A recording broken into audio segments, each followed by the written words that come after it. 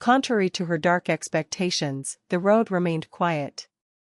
Though the nights followed one after another, thick and heavy as tar, nothing catastrophic had occurred.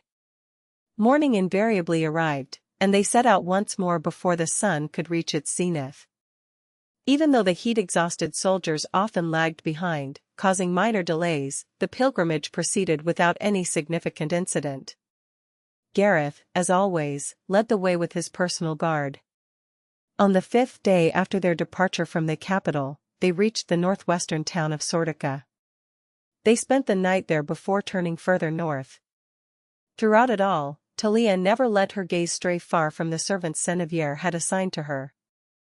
They played their roles with a performance of loyalty that was almost comical, but Talia never lowered her guard.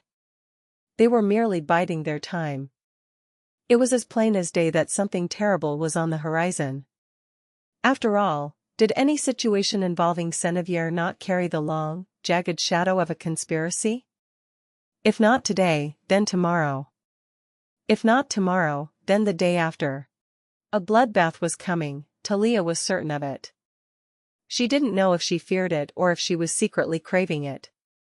Every time she saw the gentle, soft-spoken way Varkas treated Ayla, and the way he remained a block of ice whenever she was near, she found herself wishing for a tragedy to strike. If they were both disfigured beyond recognition, it might bring her some small, twisted relief. She would rather see his corpse at Ayla's feet than have to watch him standing by her side.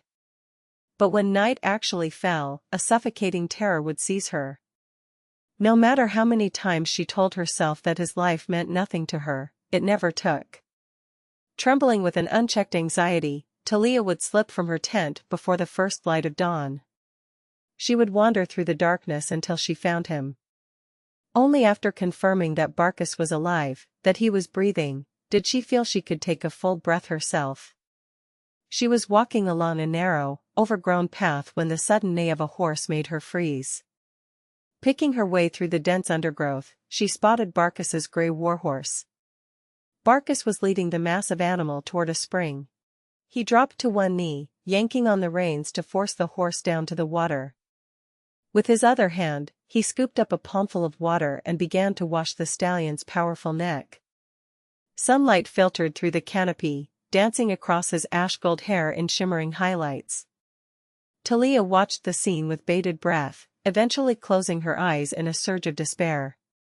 No matter how hard she tried to excise this feeling, her love for Varkas continued to grow like a malignant tumor, devouring her from within.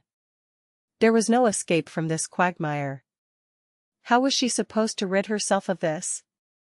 Leaning her back against a tree, Talia stared blankly at the sky. She was about to turn away when she saw Ayla approaching the same spring. Talia immediately melted back into the shadows behind a trunk. Ayla looked as though she had only just woken.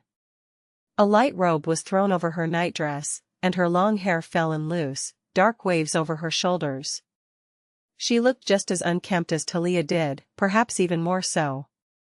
And yet, she still carried an innate nobility, a dignity that seemed woven into her very soul. It was something Talia knew she would never possess, not even if she died and was reborn 1,000 times. "There you are," Ayla said softly, a faint blush warming her cheeks. She moved closer and sat down on a flat stone beside the spring. Varkas looked at her. Ayla, as if unable to withstand even that calm, level gaze, offered him a small smile and began to pull off her shoes. She dipped her feet into the water, laughing softly as she splashed. The sound of the horse's snorting, the gentle splashing, and Ayla's light laughter drifted through the cold morning air. Talia fought a violent urge to lunge out of the shadows and seize her half-sister by the hair. She wanted to tear those smiling lips apart, to silence that trilling tongue. But she couldn't bear the thought of seeing Varkas rush to Ayla's defense. Ayla eventually reached out a hand to him. But instead of pulling her up, Varkas knelt before her. He took her feet in his hands and wiped them dry with a cloth before carefully replacing her shoes, his movements as meticulous as those of a devoted servant. The sight pierced Talia as if a dagger had been driven into her heart. She turned and fled. Branches and jagged grass tore at her skin, but she felt nothing. Her senses were dull, numb with agony. She raced along the winding forest path like a hunted animal until she tripped over a root and crashed into the dirt.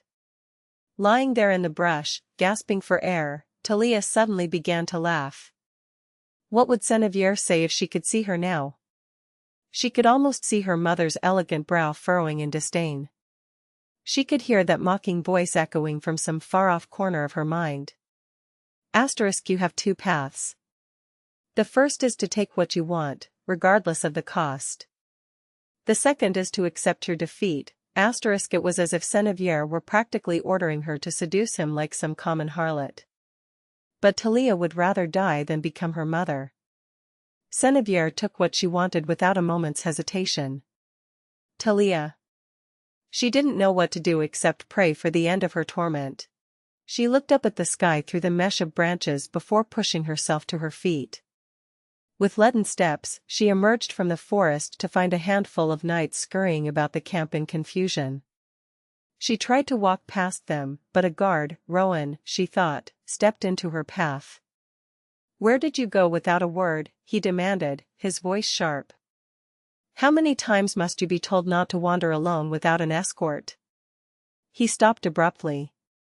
The sight of Talia, disheveled, her clothes torn and her skin scratched, clearly shocked him. What happened to you? Were you attacked?" Talia walked around him without a word and climbed the steps to her carriage. He didn't seem inclined to let the matter drop. He grabbed the doorframe, his voice hardening. "It is my duty to protect your highness." "Therefore, one might almost believe you actually care," Talia said, looking down at him with a flat contempt. "I imagine you were told to keep a close watch on the mad princess, weren't you? Well, if you're going to play the watchdog, at least do it properly. It isn't my fault you were too busy wool-gathering to notice me leave." His lips thinned into a hard line, but he said nothing. Talia slammed the carriage door in his face. A muffled groan followed as the heavy wood caught his fingers. He must have had his gloves on, as the injury didn't seem serious, but his muffled swearing continued for a long while. As she always did, Talia ignored it. If she listened to every word spoken by those who despised her, she would have lost her mind years ago. The first lesson she had learned as a princess was the art of ignoring everything that didn't serve her. Talia yanked the heavy curtains shut, sealing out the pale morning light, and curled into a ball like a hedgehog.